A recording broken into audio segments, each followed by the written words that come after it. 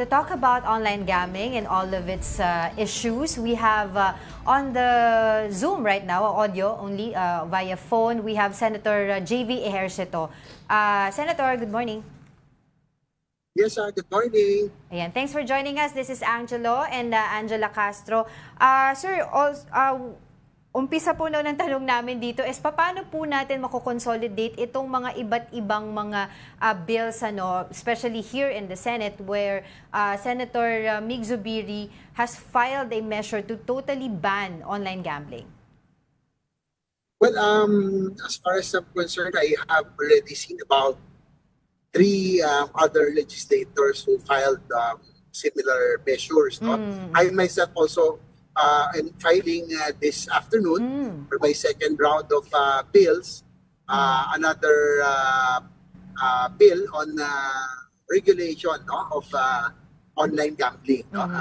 Hindi pa naman total ban, but we will see. No? But once we start session already, there will be a hearing. So then we will decide on plenary after all the hearings that whether to ban totally or regulate. Because it's really disturbing right now, no? Because a lot of, as I mentioned, mas malala ito sa Pogo. Kasi Pogo, at least foreign money. But this one, it's ordinary Filipinos are victimized. No? And if you pass through, I mean, EDSA right now, I can see that about 7 out of 10 billboards here are online gambling or gaming. So it's the social consequences will just be enormous, no? If this is not regulated or it's not prohibited. So Senator, as of this moment, your stand is to regulate. Kasi ang punto po ni Senator Mig Zubiri is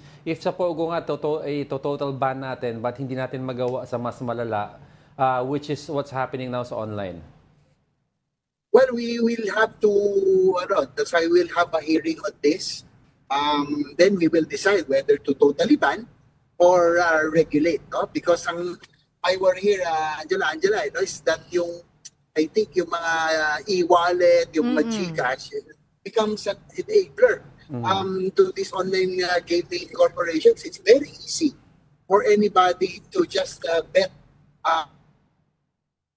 through GCash and the other e-wallet applications. So probably we can start from there. Siguro dapat itong mga e-wallet and payment scheme, GCash, should not allow their apps to be used for online gaming. And I think that will greatly reduce those who will play, no? Using online applications. I was wondering, Senator, why are you for stricter regulation po ng online gambling? Hindi po ba natin to nakikita na i-total ban na lang po muna siya? Or do you also believe, like what Senator Sherwin Gatchalian said, na baka mas dumami lang yung underground kung ito total underground operations, no? Kung hindi ito total ban? Well, I agree with Senator Gatchalian that could be a possibility, no? That the underground operations might just proliferate.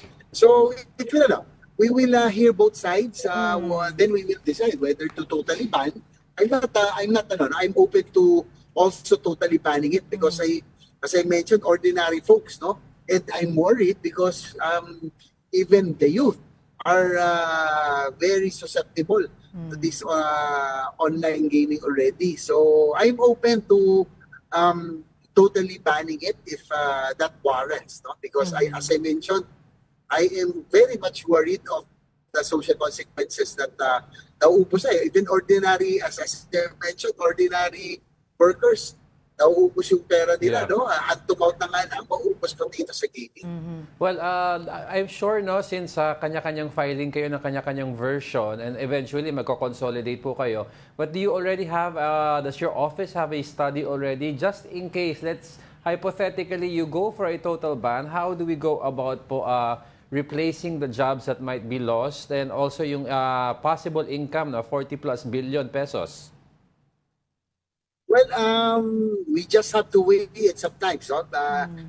Sometimes the lure of the revenues that will be derived from these online gaming corporations is just tempting, no, for government, no, but at the same time, we just have to wait. As I mentioned, the social consequences That's right. Oo. has is you cannot put any value on this because this will destroy society. So we just have to find other ways, other revenue sources, so that we can cover whatever will be lost in case there will be a total ban on online gaming. All right, taking this opportunity na rin, Senator, no, to ask you regarding what's happening in the Senate and the 20th Congress. Kasi yung usapin po ng mga kung sino yung papanig sa minority bloc, sa majority, and sa independent. Totoo po ba na maaari pong, saan po kayo papanig kung sakasakali? At totoo po ba yung mga naririnig po naming mga sinasabi na maaaring mag-iisa lang si Senator Risa Ontiveros sa minority bloc? Well, I have to admit that I'm torn. I served under Senate President Tito Soto, and I owe him a lot.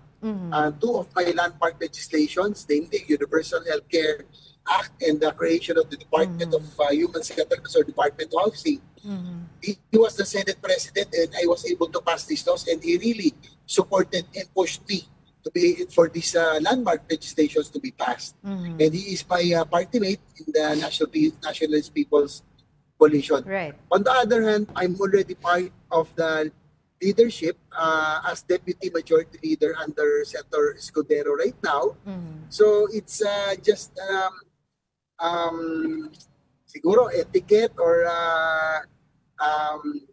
that I respect and that I do not or courtesy that I probably, if in case there be change in leadership, I'll be one of the last because I'm part of the leadership of Senate President Escudero. In the same manner that during the time of Senator Zubiri, I did not leave him at the last minute. Hindi ko po iniwan si Senator Zubiri. So I guess in the same way that I have to stick it out with Senator Escudero, he gave me the trust and confidence by designating me as the Deputy Majority Leader of the Senate. Pero were you able to talk to Senator Mig Zubiri na rin po? Kasi right now, he's been answering questions from the media and saying na kung sakasakali, he's going to be supporting a dark horse sa Senate presidency. Well, we are in a group called Seatmates. So, for a long time, we were a block, but we respect each other's opinions, so and positions. And for that matter, we will respect Senator Zubiri's position on this, that he will be supporting Senator Soto or any dark horse. But again, I just all right. As part of the leadership, I'll probably I cannot leave Senator Escudero at this point.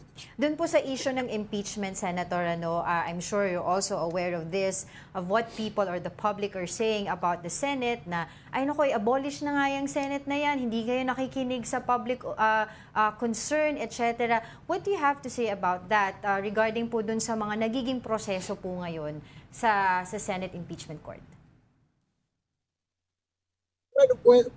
Whether our position is for or against, it's our constitutional duty to go through the process. So, the impeachment court has been convened already and right. Senator? Constituted. So, we just cannot Senator? make any shortcuts. So, I think we will be resuming very soon.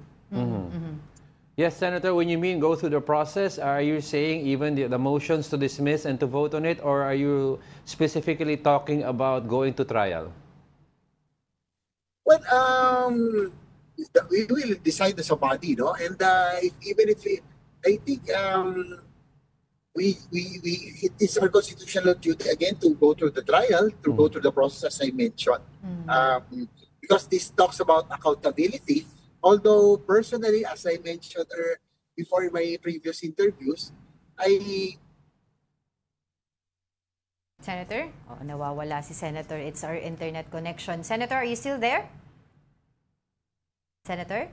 I'm apprehensive because, there you go. it's somehow a political perception of political instability abroad. And, we have a lot of things to focus on. And I'm hoping that if we indeed go through it, the trial, that it will be speedy so that we can go back to our challenges that we really have to look into, infrastructure, energy, and others. All right, before we let you go, can we circle back dun po sa inyo pong sinabi kanina that you'll be filing some of your bills today.